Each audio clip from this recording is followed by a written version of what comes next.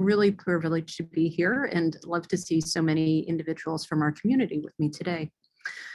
So this month, April, is Autism Awareness Month, and I'm really proud to be able to celebrate some of the things that we've learned through many researchers using a program that we call Research Match in Spark. I'm going to take a few minutes to be able to explain what the research match process is, because some people may not be understanding some of the invitations they're getting if they're members of the Spark community, and wanted to hopefully demystify this for you. And I know there are some researchers watching. If you are watching, hopefully this is something that might help your research as well, as we're working together to come up with answers. So Research Match started almost 5 years ago now. It's been an integral part of Spark almost from the beginning. We need to have people in Spark to be able to launch it, so it took a little while to get enough individuals. Once we did, though, the idea is that we're matching individuals within Spark for researchers who are asking questions, and being able to make it always up to the individual participant to decide what they want to participate in, but to be able to allow them the opportunity to participate in hopefully many different studies that will answer some of their autism questions. As we've done this, we invite people from around the world to be able to partner with our community in doing this. And I'm proud to say, as of this morning, we could actually update this slide, over 100,000 families have been invited to a research match study. And many of them, over 44,000, have participated, and some many, many times as we've been doing this. So as we do this, these studies are not part of what I call Spark Central. They're, again, invited researchers from all over the world who are partnering with us, but these are not the Spark studies per se, but again, very qualified researchers from around the world. And I'll show you in a second how individuals go through that process of being able to invite you to their studies. To give you a sense of how many we've done over time, there have been over 200 of these studies approved, and I'll show you the approval process in just a second. And in 2021, last year that is, we had 66 of those studies that were launched. So you can see that we've got at least 50 studies a year on average that are going forward. And one of the things I'll be talking through is the time it takes from when you participate until we understand the information. But already within this, there have been 27 scientific publications that have come out of these studies. And again, some of these take some time, so I fully expect there are going to be many, many more of these, probably on the order of 30 or more per year that are going to be coming out.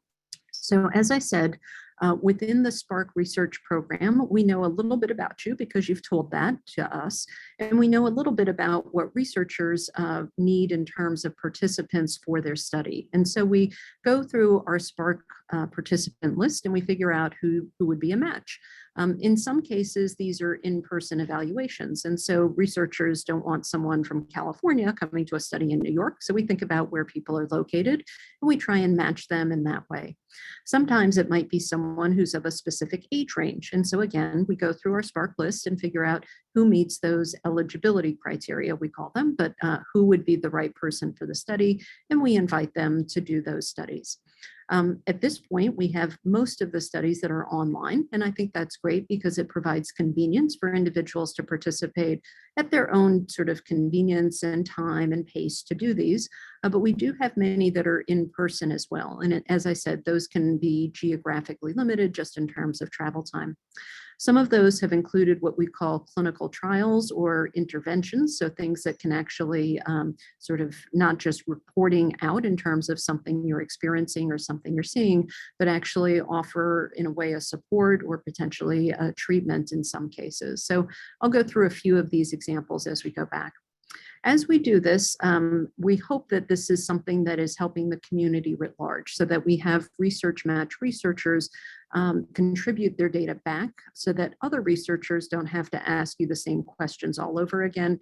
They can actually learn and continue to learn so that it's minimally burdensome for you, but maximally beneficial in terms of autism research. So how does this work? What are the logistics? So what you would see in your inbox via email is an invitation to participate in one of these studies. At that point, the researchers, they don't know who you are. We're the ones who are sending you that invitation, and your privacy is completely protected. The control is always up to you. So you have the opportunity to either click that link and to be able to say, yes, I'd like more information. It's not signing you up immediately. You can just be looking for more information about that opportunity. And if it's something online, you may go straight into the study. With this, as I said, it's always up to you. It's always under your control, and you can simply delete that email message or ignore it if that particular opportunity isn't interesting to you. As we'll talk about within this, we want to make sure that you're directly benefiting in some way if there's an opportunity for you to do so. And so as I get to this, I think it's been a really important way that Spark has elevated research for autism in the sense that we want to communicate results of these studies back to you, the participants, the Spark community writ large. We want to learn together. We want to understand what this means. And so that's part of the, if you will, contract that we have with researchers, is that they're sharing back their knowledge that they've gained through these studies and that we're all learning together. As well, in many cases, we have a token in terms of a gift card to realize that your lives are busy and that you're really taking time out of your busy schedule to be able to participate in this research. And so that's something that we ask the researchers to be thoughtful and mindful of. And as I'll get into, we try and have some oversight in terms of making suggestions. So as researchers apply to be able to use Spark, we have two levels of feedback that we give them, two levels of review and feedback. One level is from scientists, individuals of very different backgrounds. So we have scientists, some of whom are psychologists, some of whom might be behaviorists, other types of scientific investigators, geneticists. But we have a panel of scientists who review these applications. We rotate the scientists so we aren't so burdensome for them. And as we do this, they read over the applications and in some cases give feedback to the researchers about how to make their study either more rigorous to make it better, or maybe there are some things that quite frankly aren't quite right. And we want to make sure that good research is being done. So within this, the researchers review those. They also review them importantly to make sure they're ethical, that whatever is done is something that's appropriately protecting privacy, is something that should be done, and that there's nothing that really is unethical in terms of what they're doing. We're incredibly grateful to these individuals who give up their valuable time, again, to make the research more rigorous. In addition to that, and equally important, is we have another group that's reviewing these applications, and these are individuals just like you. And who knows, maybe we'll actually invite you to be a member of the Research Participant Access Committee.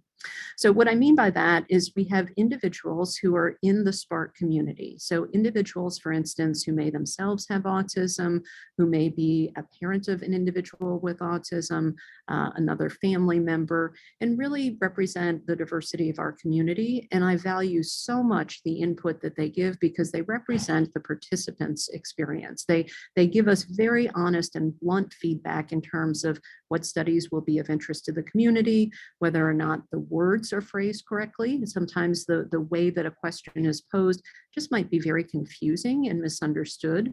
Sometimes researchers, even though they might have the best of intentions, may prose things in a way that the wording is it's abrasive in some way. And we don't want to do that. And I don't think the researchers do either. And so these individuals are just incredibly, as I said, both generous as well as insightful. And they really make the research better. And all of this, as I'll be talking about in the end, has helped to make these incredibly good experiences for our research participants.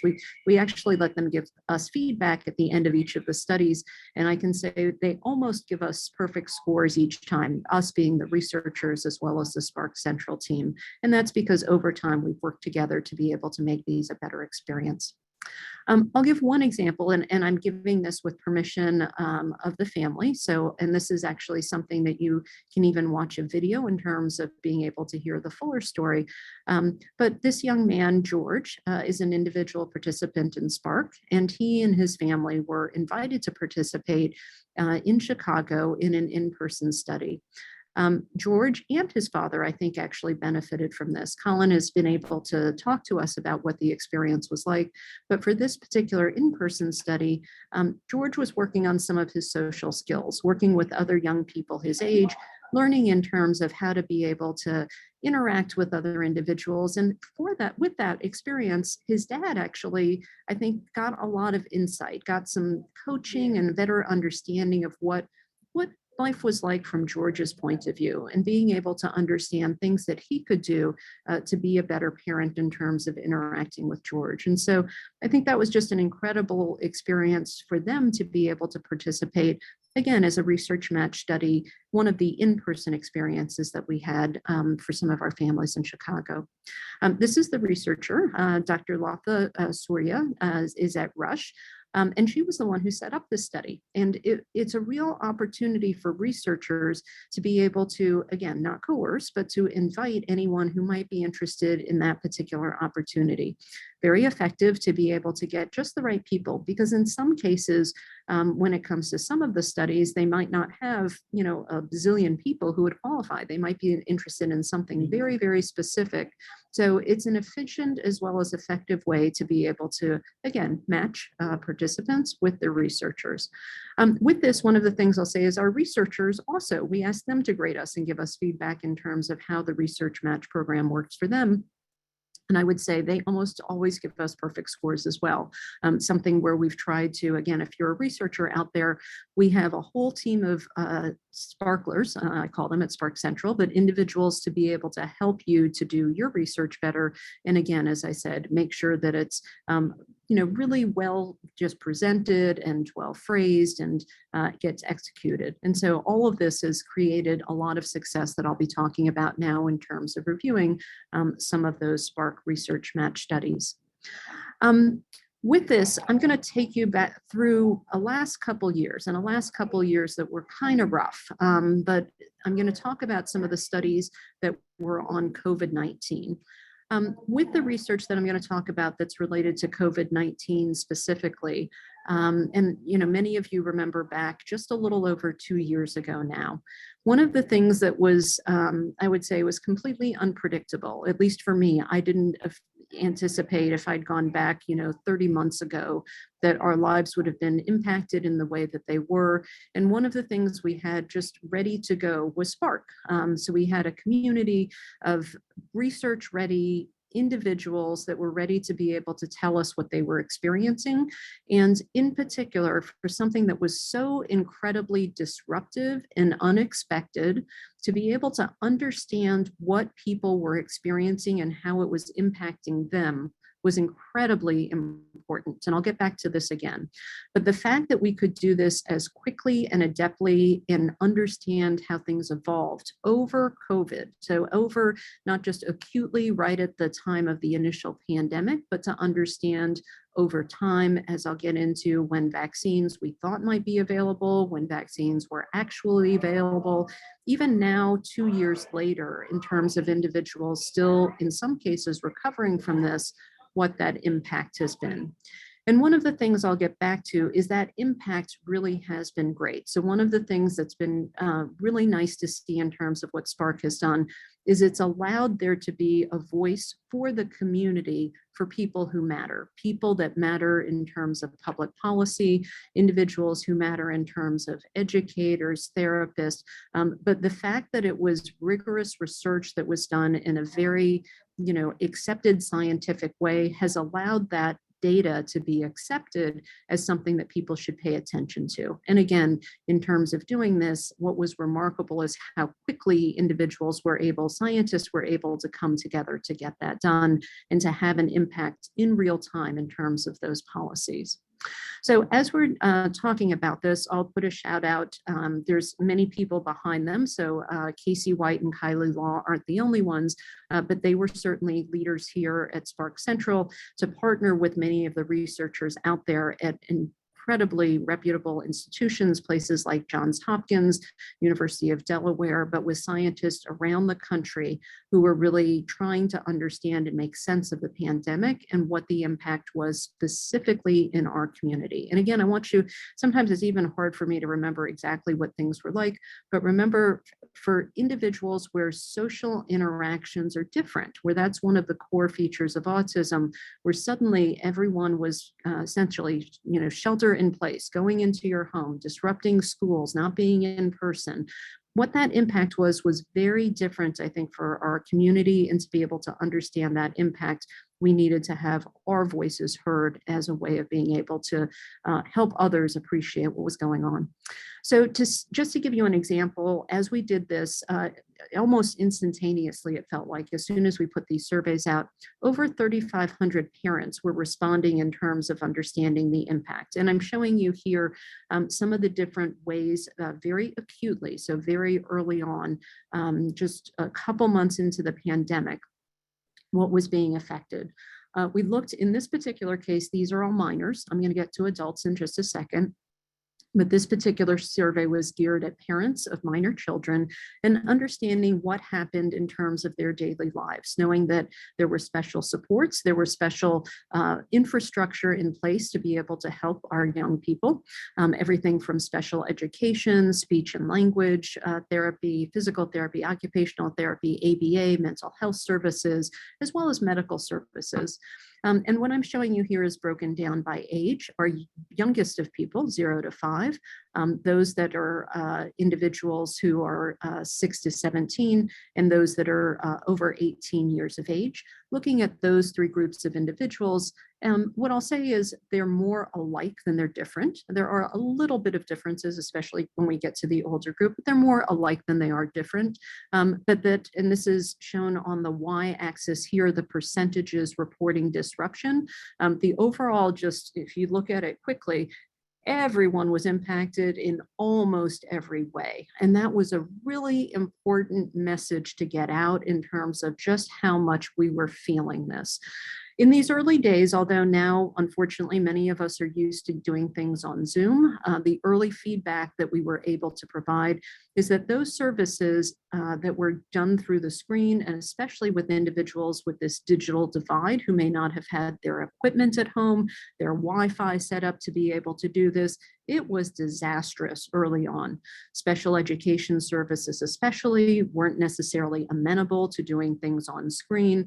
Our youngest of individuals in particular were really, really adversely affected when it came to physical therapy, speech therapy. You know, little ones that are 2 or 3 years old, the screen is not the way in terms of being able to deliver these services. And those heroes of parents, moms and dads, or other providers who were trying to, through the screen, mimic what their providers were telling them, it was tough. And it added a huge amount of stress to those families, many of whom were already struggling either financially or with other things. So those stressors really became quite overwhelming in many dimensions. With this, I guess the good thing I want to say, there was a little bit of hope within that, is that if you look at the medical services, on the other hand, still big disruptions. I'm not discounting that, but proportionately, at least they were able to get many things from a medical point of view, telehealth, other things that they could do online. And so those were less disruptive, but hugely disruptive. And one of the things that these initial findings, and we got this out relatively quickly from a scientific point of view, and even before it was published in medical journals, got this information out to the community, and as I'll show you, out in terms of people making important decisions. I can tell you, even to this day, this is having a profound impact in the sense that both last year and this year, I know that as individuals are going through, for instance, their individual education plans, one of the questions they're being asked is specifically, how did COVID impact your child's special educational needs, and being able to now pick up that deficit, very intentionally realizing that the impact, and for some individuals, it spanned over many months, over a year even, that impact has been great, and realizing that we need to be able to supplement or get those kiddos, many of them, back on track. And so this is one of the reasons why it's been able to have that kind of impact. Again, we wanted to think about the 360. So individuals themselves with autism, but there was a lot going on for parents and other family members as well. And so this was one of the things we were able to do with the researchers were to not just look at autism in isolation, but these researchers were also thinking about the multiple dimensions around the country of how the pandemic was affecting everyone. So an important part of this study, which I think is really important, is the comparison between our Spark family, shown here in blue, to in gold, the general population, realizing that a lot of people were under a lot of stress, but you can see in each of these circumstances, everything that was looked at, anxiety, depression, loneliness, overall distress, any of this, our Spark community was really impacted, even to a much larger extent, sometimes twice or even more than that, the frequency. So there was a much larger burden for many of the reasons that I was just talking about. Let me switch gears for a second and talk about adults with autism. And so again, fantastic researchers from around the country, from Cincinnati, Rutgers, UCSF, Vanderbilt, but being able to allow these high-powered researchers to be able to ask and answer with relatively quickly critical questions that were going on. And again, publishing in important journals and being able to also get the information out to the public even before those manuscripts were accepted. So in the same way, now sending out surveys, but this time focusing on adults with autism. So those over the age of 18, sending this out to understand their perspective.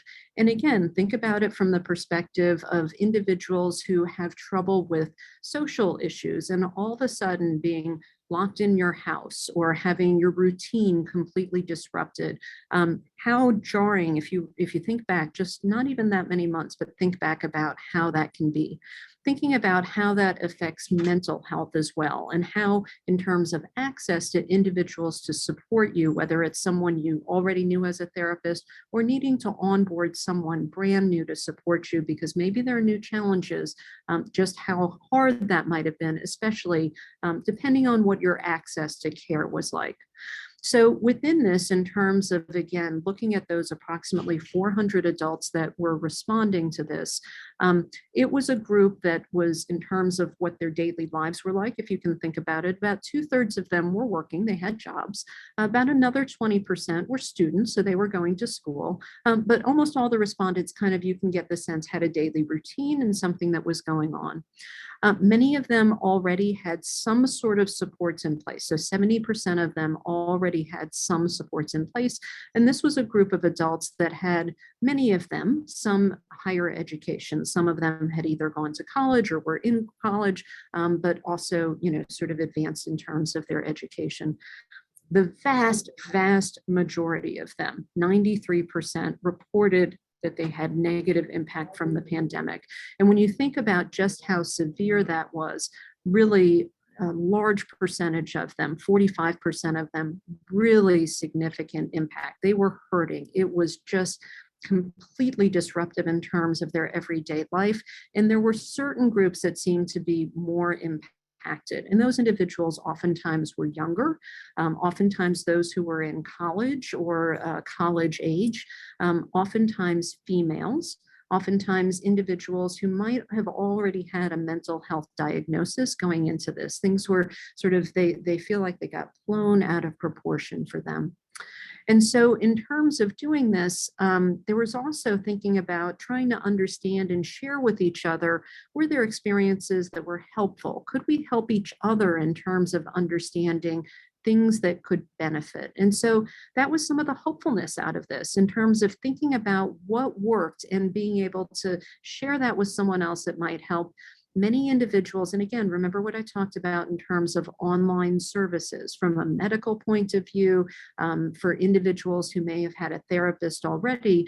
Although it was different, many individuals were able to report that those online services for many people were really their lifeline. Even if they weren't seeing them in person, they were able to connect, at least on the telephone or many times online, to be able to really have someone to talk them down if there were things that were making them anxious, help to use visualization strategies, but help to be able to get centered and back to a better place. And so with that, and I took in the very early days, this was actually hopeful to me to hear from our participants that many of them felt hopeful for at least some of the days during the week. And this was, again, a very tumultuous times in terms of things. With this, as we thought about this, being able to share even just that hopefulness, I think was something that was uplifting for many people in the community. And as I said, as people have continued to return to normal, I think being able to share that experience in terms of how to access resources has been something that's an experience that's been shared widely. So I mentioned this, but now let me give you some concrete evidence about how this was now picked up by others and how, again, people were using this in terms of understanding our perspective as a community. So Disability Scoop was one group that picked this up in terms of being able to report on exactly these studies that I've just been sharing with you very early on in the pandemic, and being able to get the word out and being able to have other families that had disabilities, children with disabilities, be able to learn from that, as well as from, to me, the highest levels. Dr. Joshua Gordon, who's the head of one of the institutes at the Institute of Health, the Institute of Mental Health, actually had a very specific call out in terms of acknowledging the needs of the autism community, specifically within this pandemic, and being able to call out the results that came out of Spark within his director's message that went out. And so that awareness, and from people that are very credible in the scientific community, I think is important, again, for us to be able to have our voices heard and amplified. So within this was evolving. So you'll remember that if you can remember back in the fall of 2020, there was hope for a vaccine, but we didn't have a vaccine yet. And so in terms of being able to, again, know how things were evolving during this, we actually had several different surveys, and we had one survey timed exactly at this time in October 2020, trying to think about what people were starting to think about that vaccine that might come out. And in part, we were trying to understand what people's concerns would be, and if they were things that would be addressable, what we could do as a community to address those concerns. And being very, very blunt about this, the community we understand in terms of vaccine hesitancy in general, and to the special circumstance that this might be, given that this was, again, very early days. This was, even though it was based on over a decade of rigorous research in terms of vaccine development, this particular vaccine was new and was potentially going to be used extremely broadly. So perhaps not surprisingly, in these very early days before we had a vaccine available, the majority of individuals were at least somewhat, if not very hesitant, and because there was not very much data and that we were still learning in this. And so it was interesting to see over time how this was evolving in terms of as more data became available. And so I think people had a very rational response to this in terms of, what would make them sort of be less hesitant in terms of this. And so I'm showing you here those two groups of people that were very hesitant or somewhat hesitant. And they basically said, in part, we need more data. We need more experience collectively to understand what this is going to be like. As time goes on and as good people, trusted people in terms of health professionals, the Centers for Disease Control, as they can digest the data and have good data, I think I'll be more confident in terms of making a decision. And so, in fact, that was true. So fast forward now to July 2021, the vaccine has now been out. It's been out in terms of being able to be taken both by adults as well as minors, at least some minors at this time. And now these are individuals who had reported vaccine hesitancy at the last time point that I talked to you about, so before the vaccine was available. And these are individuals' parents now reporting, this is now reporting on their hesitancy, either on the columns not hesitant, somewhat hesitant, or very hesitant at the last time. But now what did they do? Did their child actually get vaccinated or not? And so now for their children who are eligible, for those who weren't hesitant, the vast majority, 91%, in fact, by July 2021, had gotten their children vaccinated. Those who were somewhat hesitant originally, still the majority, at 69%, had now gotten their children vaccinated. Then even those that were very hesitant, with experience, with time, with being able to see some more of the data, 32% of those individuals had their children vaccinated. And so I think this has been helpful to us in terms of understanding our community, understanding the issues, and understanding if we should have another virus in the future, what we need to do to be able to get evidence, get good data, and then get that information out. Now, I'm going to go back in terms of thinking about mental health issues. And again, this is all related to COVID, and mental health in particular was an area that was really, really impactful for our community. And again, these are many of the same researchers that you saw before, as well as adding Dr. Zhang here. These researchers around the country were focused on mental health issues for young adults in particular. And we do know that depression in particular is a common, unfortunately, mental health challenge for many adults. And we weren't sure exactly what would happen in terms of services, how people would be able to connect with services and supports. And so this is a survey now of 300 adults young adults between the ages of 8 and 35, and being able to understand both their symptoms of depression as well as the services. And if there were, importantly, barriers to treatment, because if there were barriers, could we learn something in real time to be able to minimize those barriers? Well, I'm not happy about it, but it was useful to know that, in fact, there are barriers. And the biggest barrier that we were seeing is just a financial and insurance barrier. And I think that tells us a lot about what we need to do in the future in terms of getting access to those critical resources that just really do make all the difference. As many people know, in terms of finding someone, it's not just getting anyone. It's got to be the right person. It's got to be a match for you, for someone that understands you and gets you and just gels, just matches. And so within those times, especially as our mental health professionals were themselves just taxed and drained, it was hard to find the right match. And I feel for individuals that went even sometimes from one person to another support person or therapist, but I know that was challenging. And I know even to this day, many individuals still haven't quite made that match. In some cases, those matches weren't great, and so those professionals just didn't really get it, didn't really get them. And then within this, there were some things that thankfully were less an issue, but still some logistical issues about scheduling and transportation, and in medications, not quite finding the right medication that was right for them at that time. And still to this day, I know individuals are still continuing to struggle in some cases. I do know that generally many people are doing better, they're in a better place, but for many individuals, this continues to be a struggle and could long-term, in fact, be a struggle. But important for us to recognize that and help, especially the young people, especially all of us, but especially I think of these young people who, from their social sort of maturational point of view, I think may be impacted for a while. So with this, as we were understanding this, I think it's important to now, how do we think about how to take this the next step?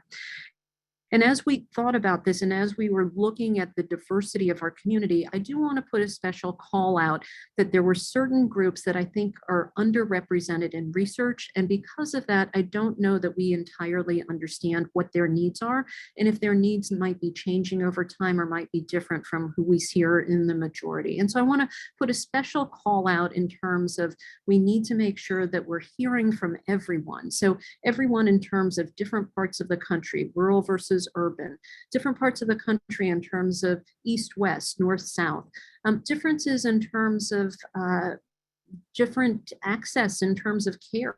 And sometimes that may be disparities in care, sometimes because of insurance, sometimes because of racial or other issues. In some cases, it's LGBTQ status and certain people that feel marginalized or not understood. And so all of those things, it's really important that we don't leave anyone behind, that everyone can have their voice heard so that we can be able to help our entire community as we run forward. So I want to change gears. I'm going to get beyond COVID and go to a couple other issues. And again, fantastic researchers, I'm highlighting their work. I want to be very clear, their work that's been really important, I think, for us to understand. And some of you have heard about this concept before of camouflaging. So this is specifically focused in teens, autistic teens, and thinking about, and let me define camouflaging. It's a strategy that some people use. Some people, in terms of being able to mask or hide some of the traits that are part of autism, but they very consciously, in many cases, try and cover that up so that they don't appear autistic to other individuals. And with that, again, I want to remind you, this is Autism Acceptance Month. And one of the things that I think is really important is you ought to be able to just be who you are. And with that, I think there's this social pressure that some individuals feel that they can't really be themselves. And so they cover things up. But that in and of itself ends up actually having feelings and bringing out emotions that I think can be destructive in terms of self-worth, acceptance, and depression. And so it's a very important thing to understand better, especially for these teens as they're, as I said, sort of evolving and finding out who they are. So in terms of looking at this and in terms of understanding these really important concepts, Dr. Jorgensen, Dr. Canny had a study in terms of looking at 2 different online surveys and specifically looking at participants to be able to understand, were they camouflaging? How were they doing this? And were they doing things in terms of very consciously monitoring their body language and trying to adjust their body language? Were they trying to learn from YouTube, from television, from other things about what acceptable behaviors are, and then trying to mimic that, even potentially in front of a mirror in terms of being able to do what normal people do? And if you did that, what did that make you feel like in terms of as a person? So in doing that, one of the things that I think is important about Spark is we're so committed to understanding individuals as they're changing and as they're changing over their life course. That is, people evolve and there are different challenges when you're a younger teenager than when you're an older teenager.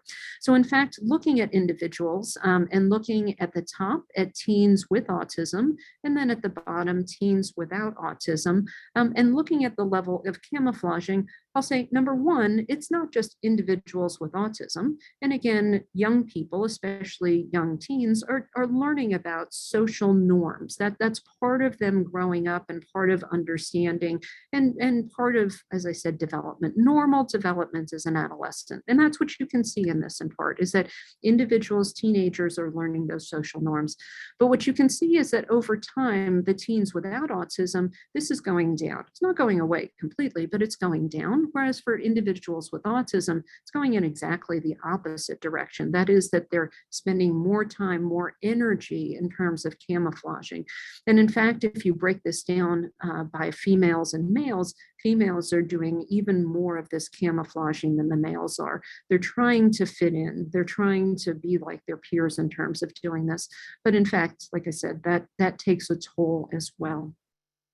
So in thinking about this, I'm going to evolve and we're going to think for a second about young adults. Again, not related to COVID, but just thinking about in general young adults with autism and what their needs are. And again, I want to highlight 2 of our investigators, Zachary Williams, as well as Catherine Gotham. I want to put a special call out to Zachary Williams. Zach Williams is himself, and I'm not disclosing anything that he hasn't already disclosed. He's an incredible, incredible person. And he himself also has autism. And I encourage actually to have individuals from the community be part of the research, to ask the questions, help understand, help drive the research agenda, because you all have the insight to be able to understand what's important and what's meaningful. And within this, one of the things that I do think is incredibly important is to understand what that lived experience is, understand what the challenges are, understand what life is like and what's hard and what's easy as well, but to be able to understand, therefore, where we might need to be able to provide support for individuals to be their best. So in terms of doing this, this particular study was for individuals ages 18 to 26. And within doing this, we had a large number of people, about 290 individuals respond to the survey. And as they were doing this, I'm going to show you some of the data, but got a really nice response. So what I'm showing you over here on the right is split out. In purple are females, in green are the males, and looking at each of these in terms of symptoms, and just without even reading on the left. So this is just to guide you percentages. So current prevalence or current frequency of symptoms for those individuals, going from 0, of course, up to 90% here. And then on the y-axis, the different types of symptoms. And I'll go through those in a second. But just if you look at things, the overall picture I want you to see is that there's more purple on the right than there is green. So in general, that means that the females that were responding to this survey generally endorsed more frequently or said more frequently that they had those same symptoms. They said it much more frequently than males. So they seem to be having more of these, we often use the term in medicine, somatic or bodily symptoms that they were seeing. On the other hand, what I'll also show you is that, there were a lot of different symptoms, and in some cases, more than 50% of people, in fact, when it comes to fatigue, more than 50% of people reporting, whether they were male or female, that they were having those symptoms. But a lot of different symptoms, and importantly, some individuals having multiple symptoms. So you didn't just pick one, you picked all of those symptoms that you might have had. Everything from belly pain to back pain to chest pain to problems in terms of diarrhea or constipation, dizziness, shortness of breath, feeling tired, run down, fatigue, having a headache, having joint pains. Of course, this is women only, but having menstrual problems, problems with digestion in general, nausea, feeling like you were going to throw up, feeling like your heart is racing. And importantly, and this is a big one, problems with sleep. And problems with sleep that oftentimes bleed over into the next day in terms of how you feel, how well you're performing, how clearly you're thinking, whether you've got brain fog, all of those things really impactful in terms of our community for this.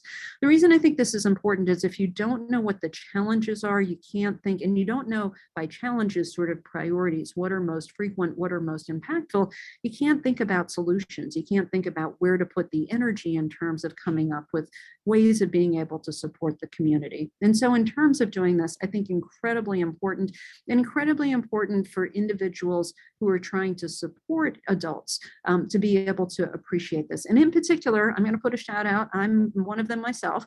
As a doctor, as a physician, important that we know what the issues are so that we can think about how to help individuals, and to know that in many cases, it's more than one symptom in terms of being able to deal with this and to be able to support them. And in many cases, finding out, what's the root cause of all of this and being able to address those issues. So with that, I want to say, just as I'm wrapping things up, this is, sort of an overview, a little of a potpourri of the different research match studies that we've been doing, but they don't stop in terms of just gathering the data. I really want to emphasize that this is a circle. It's being able to feed this back. And so with this, a requirement of each one of those researchers is to be able to present the data back to the individuals who have participated in those studies, as well as we try and spread the word, as I've shown, to the Spark community writ large, but also to the world writ large. We want everyone to be able to understand what life is like and what we can do in terms of being able to improve lives. With this, one of the things we do at Spark Central is to be able to make this easily understandable. So we use language that we think is going to be understood. We make sure that we spend significant energy and money into making sure that we do it in this way, because we don't want to use gobbledygook jargon, sort of medical scientific language. We want to make sure everyone is able to understand and learn together from this. And I hope that with doing so, we will actually spur the next set of questions, right? I want this to be a process where we're building one upon the other, that we learn something and then we can think about, and how does that influence where we go next in terms of research, again, to continue improving lives. Now, a preview for those of you who are out there looking forward to participating in your next research match study. This is a preview of some of the studies that are going to be coming your way. There are dozens of them, so these are not the only studies coming your way.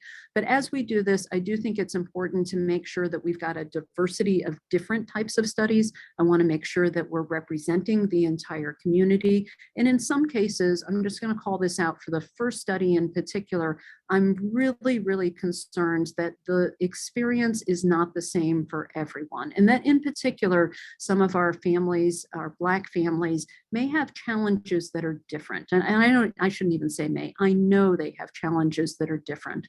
And as we think about that, whether it's access to care, whether it's access to treatment, whether it's being misunderstood, whether it's other different challenges, it's really important that we're able to address for the breadth of our entire community. And so you're going to be seeing other things coming forth that may be very specific in terms of things to make sure, again, that we're covering the diversity of our community and the diversity of the experiences we have. So as we do this, I'll just say that this is just a short list, and I won't spend much time here, but just to say that we keep on the website a list of all the publications that are coming out of Spark, 27 so far to date, in counting, and they keep coming forward. And again, we keep that on the website so that anyone that might want to be able to do a deeper dive can do that. And some of those researchers you'll recognize have either done or will be doing Spark webinars like the one I'm doing today. So with that, I thank you for letting me to be part of your lives, and we'll stop and take a few questions. Thank you so much, Dr. Chung. I think this was a really nice overview of some of the studies that we've recently released. And I'm glad we got to end on that note of some little teaser of studies to come. We have received a few questions in the chat, and just a reminder to attendees, if you do have any questions, there's still time to drop them in the Q&A box, and we'll get to as many as we can in the next couple minutes.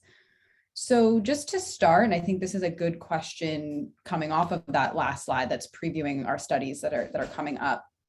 We had a question about just to reiterate how studies recruit participant families. And then specifically kind of going back to that upcoming study, how families in underserved and overlooked areas perhaps are represented or will be represented in the future. Absolutely. Thanks, Stephanie. So one of the things is that we do need you to complete your registration, because the registration has some of the information that we use that has the inclusion criteria for those studies. So I know sometimes it gets confusing about, I thought I signed up, I signed the consent, it said, thank you, am I done? And just to go back to your dashboard, you can go to the Spark website and go to your dashboard and be able to see if there's still tasks left for you to do.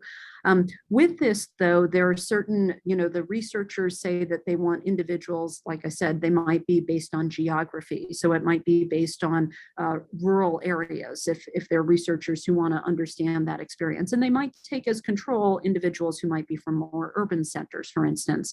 They might be individuals, like I said, for individuals who self-identify as being Black. And so individuals, again, whatever you report is how we decide whether or not you are eligible for that research study, but have based on either how you identify in terms of gender, how you identify in terms of race, ethnicity, where you're living, a variety of different factors determine those eligibility.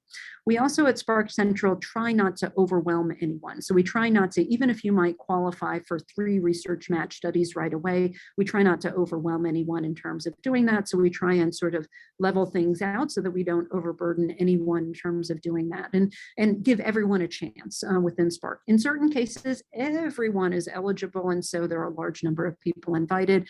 Others are very, very specific, and so we might invite every single person who's eligible because it's so specific in terms of that. But again, you always have the opportunity, because the researchers don't know who you are, you're totally in control in terms of deciding whether you take the next step to join that study. Great, thank you. And then another question that we had come in, sort of 2 parts here. There was a curiosity about whether there's a sufficient amount of participants with Down syndrome and autism, so as co-occurring conditions, or perhaps other co-occurring conditions that, given the number of participants, if there's studies that may be coming down the pike for those sort of dual diagnoses. Sure, that's a great question. So in particular, within Spark, one of the things is that just to amplify or to explain a little bit, Down syndrome, I think as many people know, is a genetic condition. And so there are studies, and I'll just riff on the genetic portion for a second. Many individuals within Spark have participated in the genetics portion, and many individuals have been given genetic information that came from Spark. Other individuals already knew that information, and most individuals with the diagnosis of Down syndrome would know that information already, and they've registered that, because we actually have a question in terms of whether or not you know if you have a genetic diagnosis. So for certain conditions, they may be incredibly rare, and specifically for certain genetic diagnoses or genetic conditions, they may be very rare. And even if we've returned a relatively large number, this could be the type of condition that's 1 in 100,000, 1 in a million, very, very unusual. And I can't guarantee yet that we have the numbers to fulfill every single study that a researcher would want to do. I will say just a brief shout out for the genetic side. We do have, I call it a sister study, and I won't talk about it much today, but we do have a sister study called Simon's Searchlight, which is individuals that don't come through, many of them come through Spark, but other people come with that genetic condition, that genetic diagnosis, and they come just directly because they got that diagnosis through another mechanism besides Spark. And so for certain, even rare genetic conditions, between the two studies of START and Searchlight, many times we can help researchers to meet the recruitment numbers they're looking for. But you're absolutely right. There can be some very, very unusual combinations of things that we might not yet have the numbers for, but that's why we continue to recruit in Spark, because we do want to be able to address the diversity of the concerns within the community. Even for those that might be just a relatively small number of people, they're still important. Great. And then there might not be too much to add with another question that just came in the similar vein about any studies with bipolar diagnosis and autism that perhaps might be coming Spark's way. Absolutely. So there are definitely studies that include mental health issues. And of course, bipolar is included within the mental health arena. And I think these are actually really, really important studies. We would love to hear in terms of, like I said, from the community. I'm not sure if this is coming from a researcher or coming from a participant or a parent, but it would be helpful always to have your feedback in terms of what your priorities are, what your concerns are as this ecosystem continues to evolve. But yes, we do have several mental health researchers and professionals that are interested in the mental health issues. And I'll say in particular, I know I've said it a few times, but how we're coming out of COVID and long-term, whether it's bipolar, depression, anxiety, what this is going to be in terms of longer-term impact. So I'm absolutely confident, absolutely, by studies of bipolar, but also studies of mental health generally are going to, I'm sure, come up repeatedly and over time to understand how individuals are adapting, changing, and hopefully finding solutions. Great. We have time for probably one more question, and this is kind of a unique one about these research match studies. It's obviously researchers outside of our Spark Central that are using Spark participants to recruit. Can you speak to those studies? And maybe there's one that's popping up in my mind that used some people from the Netherlands, I believe. So studies that are using Spark participants, but maybe also have an international scope through Research Match. Sure. So to clarify, the researchers can be anywhere in the world. I don't think I explicitly said this, but Spark participants are based in the United States, but researchers themselves can be anywhere in the world, and there are smart people everywhere, right? So we want to be able to use all that brain trust in terms of helping our community. In certain cases, they're focused only on Spark participants. So really the entire study is based on Spark. In other cases, they might be, I mentioned one of them, sort of a compare contrast between impact of COVID on our Spark community or our autism community versus the general population. And so there are other individuals that might be looking at regional differences. What is life like for individuals with autism in the US versus what might it be like in other parts of the world? So they do have certainly open to themselves to use the same study instruments or questions and do them in two different communities and then do a compare and contrast across those. So that's an ability to leverage, even if you're not in the United States, a United States population in terms of being able to do that. I think we're trying to hope that people are going to be creative in ways of being able to think about how to use such a vibrant and dedicated community that are all trying to work together to help each other. And I'm sure there are going to be lots of other use cases that I haven't even thought about over the next few years.